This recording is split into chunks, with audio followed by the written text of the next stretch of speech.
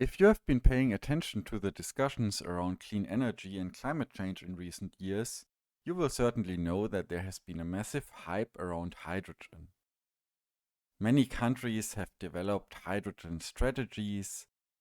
It was widely believed that green hydrogen, made by splitting water through a process called electrolysis, will play a major role in a clean energy future.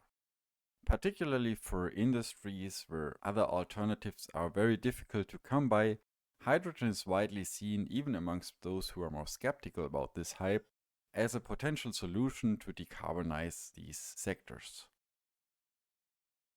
However, green hydrogen comes with many challenges, and one of them is that in order to make it in sufficient quantities, it just requires enormous amounts of clean energy.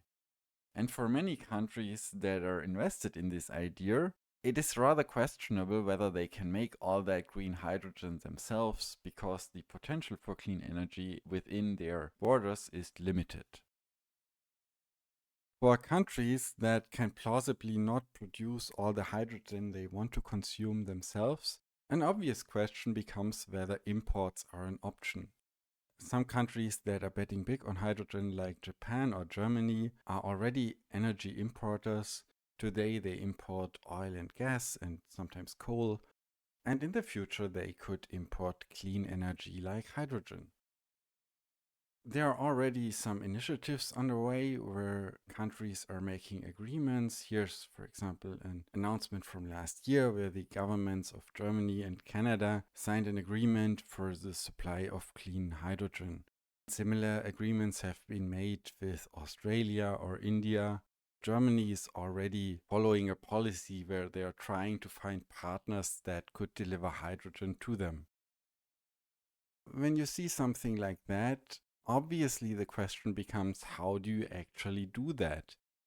Canada and Germany are obviously quite far apart. If you want to import hydrogen to Germany from Canada, you need to transport it over a very long distance, and there's an ocean in between, so there's probably not going to be a pipeline, and the only option would be to transport it by ship. Transporting hydrogen is generally very challenging. This is also one of the reasons why today there's almost no transport of hydrogen over any meaningful distances. Hydrogen as a molecule is very light, which means it has a very low energy density per volume, which in return means that if you want to transport any meaningful amount of energy, you have to move a lot of volume around, or you need to compress or liquefy it. Today, there's almost no transport of hydrogen over long distances. There are a few pipeline networks, but they are relatively small. Hydrogen is usually just produced at the place where it's needed later. So imagine you're producing hydrogen in a place where there's a lot of wind and solar energy, and you have cheap green electricity, so you can make all that hydrogen for an affordable price. And then you want to transport it by ship to another country. In order to do that, it's not really plausible to transport it as a gas because it will just take up too much space. So you have to liquefy it. You have to cool it down to a temperature where hydrogen turns from a gas into a liquid. The temperature is around minus 250 degrees Celsius or minus 420 degrees Fahrenheit. It's a similar temperature than what fossil gas or LNG needs for cooling, but the energy density you have in there is much lower than for LNG. You could then transport it on a ship, although I have to say this is not technology that's yet established. There's only one experimental liquid hydrogen carrier ship right now. At the destination, you could regasify that liquid hydrogen and, for example, put it into a local hydrogen grid there. The first problem of this is that it requires a lot of energy. This cooling down of the hydrogen to make it liquid is an extremely energy-intensive process, and that is extra energy you need. There's another problem that maybe fewer people know of. Every time you have a gas that you cool down to very low temperatures to liquefy it, you have something called a boil-off, which just means unless you keep it at that very low temperature, some of that liquid will become a gas again. It's possible to maybe reliquefy it, but then you need extra energy on the ship. You could also think about running the ship partly with hydrogen as a fuel. What you also need to consider there is that hydrogen itself is actually a greenhouse gas. So if any of this boil-off gas leaks into the atmosphere, you have a problem, because the idea to begin with was that we want clean hydrogen that does not contribute to climate change. And if you're leaking hydrogen into the atmosphere, then you actually produce a greenhouse effect with that hydrogen. And therefore, you need to really deal with this boil-off in some way. These downsides of transporting liquefied hydrogen are so severe that most experts agree that this is probably not viable because it's just too inefficient. Another idea of transporting hydrogen is to not transport hydrogen itself, but other chemicals that contain hydrogen. And then we talk about hydrogen derivatives. There are many ideas around this, for example, to use ammonia or methane or methanol or other chemicals. Most of those contain carbon, which adds the problem that then you need to worry where that carbon comes from and whether that's a sustainable carbon source. One molecule many are looking at when they talk about hydrogen carriers is ammonia. Ammonia is one of the few options that does not require carbon. It only requires nitrogen, and nitrogen is the main component of our air, so it's easy to get. And therefore, ammonia is often discussed as a tool to transport hydrogen.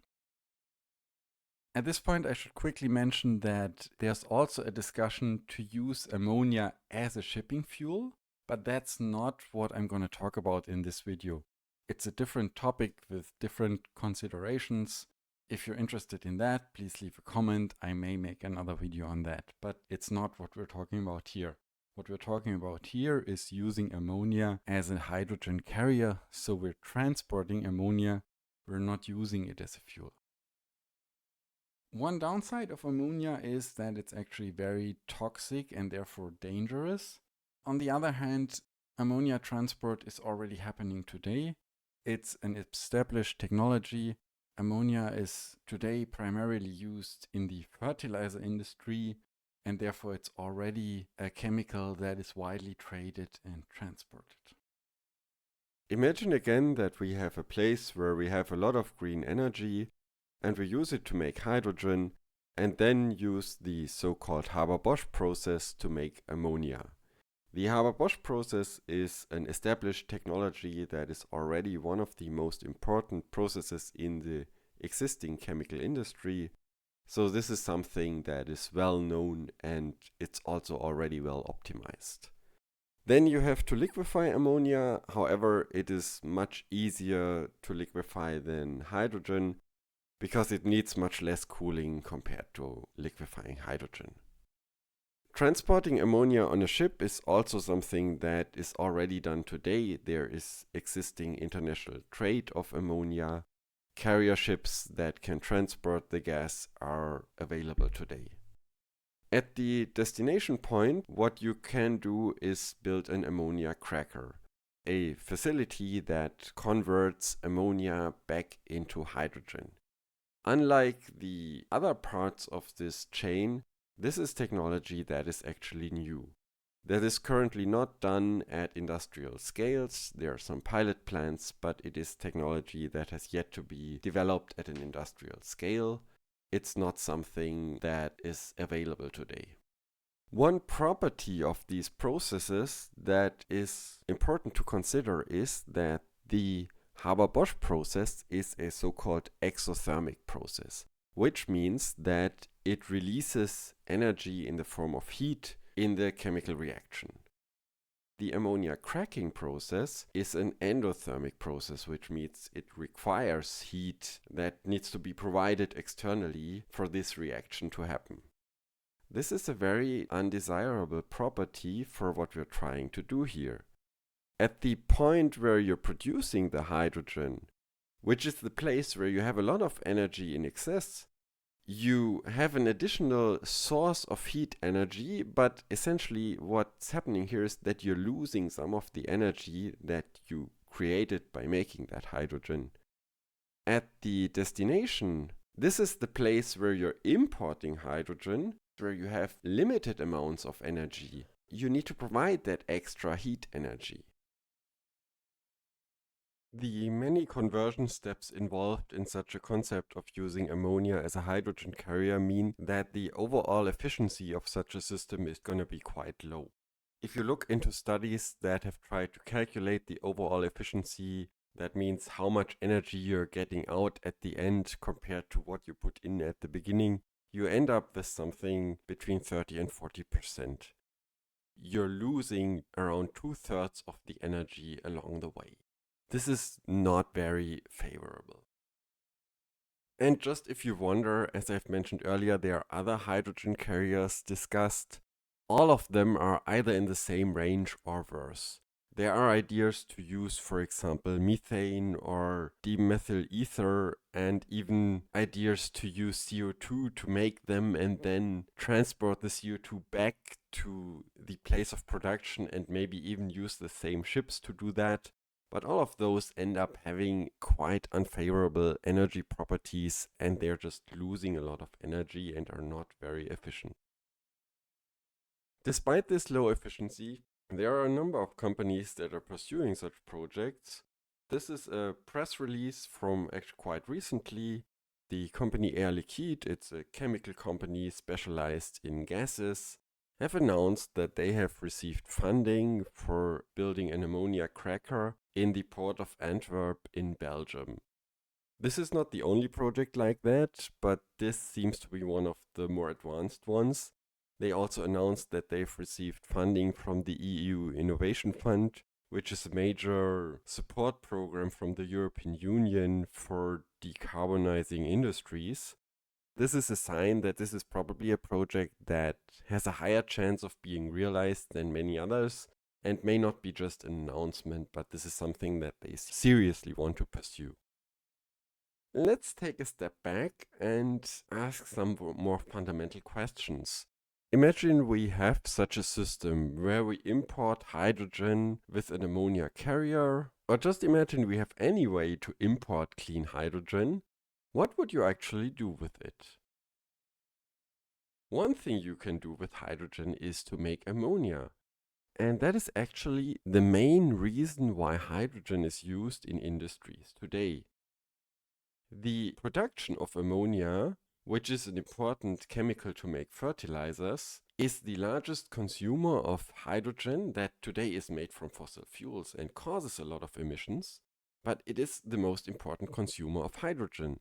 If we have clean hydrogen that is imported, of course, one obvious idea what we could do with it is to replace all that dirty hydrogen from fossil fuels and thereby clean up the ammonia industry. So imagine we're importing green ammonia by ship, and at the port you have an ammonia cracker that converts it into hydrogen. You could then transport it, for example, by pipeline to a chemical facility, and there it gets used to make ammonia, which is the traditional Haber-Bosch process. And that green ammonia you could use to make, for example, fertilizers, which is the main use case of ammonia production. When you look at this, you may ask an obvious question. Can't we just skip these intermediate steps and instead import green ammonia and use it directly to make fertilizers? Of course, that would be much more efficient, because each of these steps involves costs, it involves losses. That's just unavoidable. If we directly use that green ammonia for the fertilizer production, we can just cut out these two intermediate steps and have something that is much cheaper and much more efficient. The idea of having a facility that converts hydrogen into ammonia and another one that converts ammonia into hydrogen at the same place looks quite questionable. However, that's actually the situation in the port of Antwerp if this ammonia cracking plant is going to be built. Air Liquide has announced, as I showed you earlier, that they want to build an ammonia cracker in Antwerp, And there's already an existing chemical plant by BASF where they have ammonia production. But you might say here, okay, but we also need hydrogen for other uses. For example, to clean up the steel industry. Again, let's imagine we have ammonia imports and then we use that green ammonia in an ammonia cracker to convert it into hydrogen. Then we can use that for green steel production. On the other hand, we have an existing ammonia production facility that is powered by fossil hydrogen, and that is used for fertilizer production. And in order to clean that up, maybe the owner of that facility wants to add carbon capture to this fossil hydrogen production. Whether that's even possible is questionable, particularly if you want to retrofit carbon capture on fossil hydrogen production. There's a lot of talk about this in this so-called blue hydrogen. It's technically challenging, but that's a topic for another time. Let's for the moment just assume that this works and that they also can achieve very low emissions here and have a high capture rate, which I want to emphasize this is not a given. In this situation, what we could do instead is use the imported green ammonia for the fertilizer production and use the blue hydrogen from the fossil generation with carbon capture and storage to make steel. And again, we can cut out the Haber-Bosch plant and the ammonia cracker. They are no longer needed and it would be much more efficient. No matter how you look at this, it makes absolutely no sense to have a facility to convert ammonia into hydrogen and another one to convert hydrogen into ammonia at the same location. The only possible situation in which such an ammonia cracker would make sense is if you already have converted all the existing ammonia production and replaced it by imports, and you have additional ammonia imported that you want to convert into hydrogen.